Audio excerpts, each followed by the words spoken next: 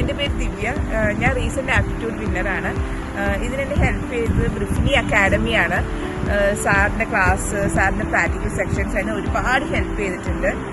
Especially practical sections, സാറിൻ്റെ practical section attend ചെയ്തുകൊണ്ട് എനിക്ക് എക്സാമിന് പോയതുകൊണ്ട് എല്ലാം നല്ല കോൺഫിഡൻറ്റോടുകൂടി തന്നെ എനിക്ക് അറ്റൻഡ് ചെയ്യാൻ പറ്റി.